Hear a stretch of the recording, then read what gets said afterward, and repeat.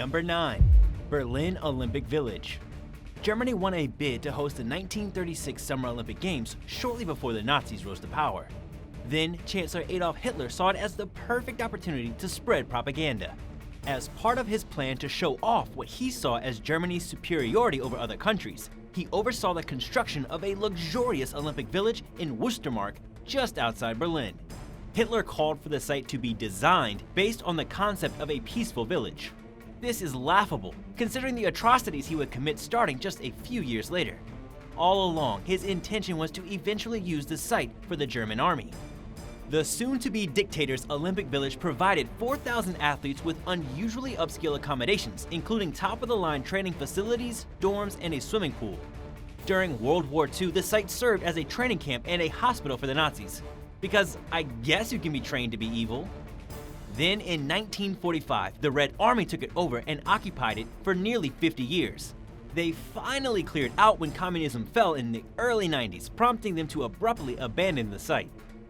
The village fell into ruins and went largely unnoticed, or perhaps ignored, by the locals, attracting just a handful of tourists every year. As of 2019, plans were underway to convert some of the buildings into apartments and townhouses for Berlin's burgeoning population. Number 8. Soviet Mine. In Russia's Ural Mountains, there's an abandoned mine that was hastily built during World War II when the Soviet military became desperate for natural resources. It was abandoned when the war ended, resulting in a lesser need for the minerals that the facility produced.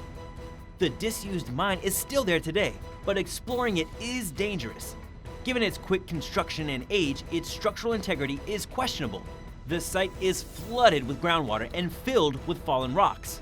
Entering comes not only with the risks of landslides and the mine collapsing, but of being exposed to dangerous gases like methane, hydrogen sulfide, and carbon dioxide. This didn't stop one man named Mikhail Mashanik from going in there and capturing some eerie photos to share with the world. In fact, he told the Daily Mail that the danger element is part of the thrill and that it feels special to experience a place very few people have ever seen firsthand. Mashanik's images show rusting train tracks, cluttered debris, and a deep pit filled with water. Number 7. Battery 223. Along the Atlantic coast in Cape May County, New Jersey, there's a drab concrete structure that looks really out of place. The locals all know about it, but it tends to take visitors by surprise. It's known as Battery 223. The building functioned as a harbor defense battery for the U.S. Army's Fort Miles military installation during World War II. It was built in 1943 as part of a modernization program that saw the construction of fortifications along the east and west coasts. With 6-inch thick, 15.2 centimeter reinforced concrete walls and a blast-proof roof, the battery was designed to withstand direct hits from battleships and aircraft. The structure was concealed by sand and earth and was equipped with 6-inch, 15.2 centimeter guns that had a 9-mile, 14.5-kilometer range. Fortunately, those guns were never fired at an enemy.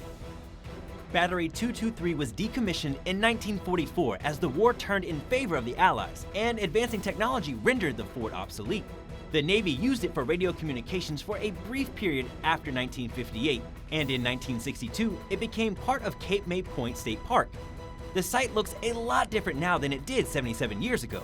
When the battery was built, it was roughly 900 feet, 274.3 meters from the shoreline.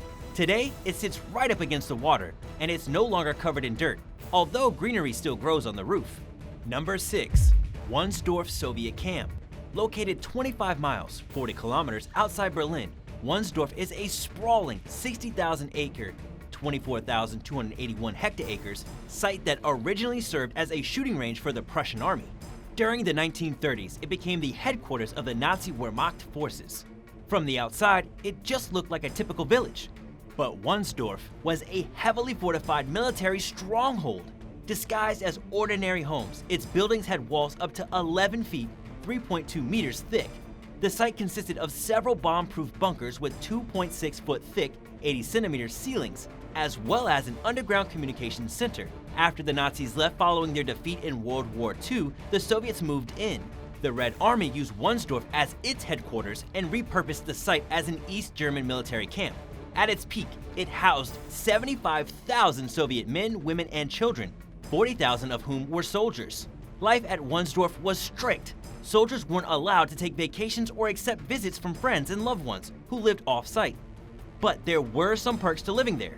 Situated in the middle of the woods, this hidden community had schools, shops, a concert hall, pool, theater, and other luxury accommodations that were reserved for more high-ranking military members and their families. The last remaining Soviet soldiers fled Wunsdorf in 1994, a few years after the Iron Curtain fell. They received just 12 hours notice that they had to pack up and leave. Some left their lunches half-eaten, while others abandoned their pets as they scrambled to vacate the premises. Several of the buildings at Wunsdorf are still standing today, seemingly untouched, as if they are frozen in time. A lone groundsman cares for them and strives to keep them in good condition, although time and the elements have taken their toll on the structures. 2 statues of Vladimir Lenin still stand outside, and some of the buildings are filled with Cold War-era artwork. Others have been turned into residential apartments.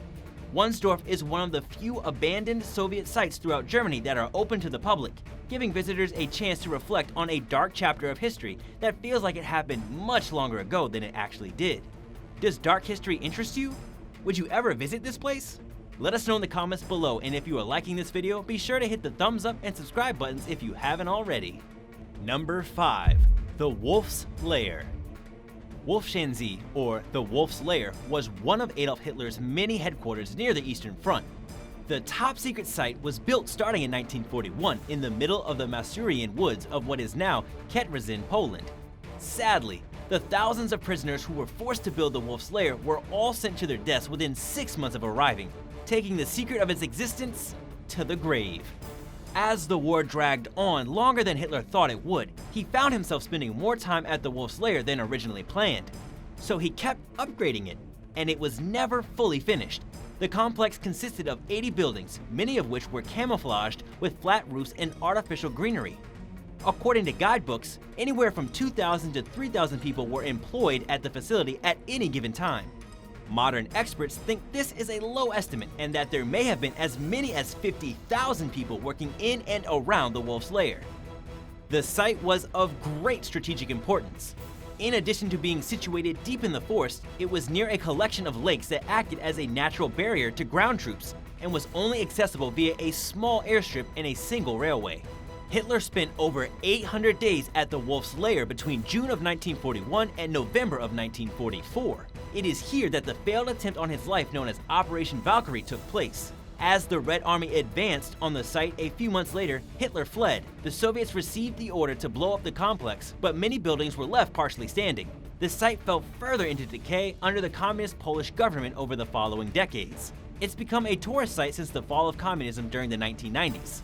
In recent years, there's been talk about possibly restoring the Wolves Lair, but many fear that it would turn into a neo-Nazi pilgrimage site rather than teach important lessons about not letting history repeat itself. Number 4. Monswell Forts. The Thames estuary in Great Britain is punctuated by a series of armed towers known as the Monswell Forts. These bizarre-looking structures were built in 1942 and used by the British Army and Royal Navy for anti-aircraft defense and to deter and report German air raids. The Navy forts had 7 floors and housed 120 soldiers each. They were built offshore before being sunk in place. Several groups of Army forts were also built, some of which were interconnected by walkways. They were built to look futuristic and were slightly different from the Navy structures. The Monswell Forts were decommissioned and abandoned during the 1950s. Several of them were occupied the following decade as the headquarters of various pirate radio stations. Many of the Monswell Forts still stand today, although their future remains uncertain as they fall further into disrepair. One of the surviving structures is the so-called Principality of Sealand, a self-proclaimed independent state that declared sovereignty in 1967. The British government doesn't recognize Sealand as a country, but the people who live there don't seem to be doing any harm, so the government just leaves them alone. Number 3. Imari Kawanami Shipyard. The Imari Kawanami Shipyard was built in 1851 on the Japanese island of Kyushu. During World War II, it functioned as a factory where different types of boats and munitions were built. It employed 2,500 workers at its peak. This is where the Japanese manufactured the infamous Kaiten, or human torpedoes, that the Navy used for carrying out suicide missions against the Allies towards the end of the war.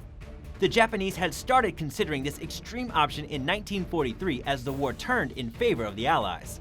In a last-ditch effort to help the Axis powers gain an upper hand, they developed several different suicide vehicles. Most of the Kaiten that the military designed never went into service though, and the ones that did caused far more deaths to the Japanese than they did to their enemies. The shipyard continued building and repairing ships after the war until it shut down in 1953. In 2011, it was demolished and turned into a public park. Number 2.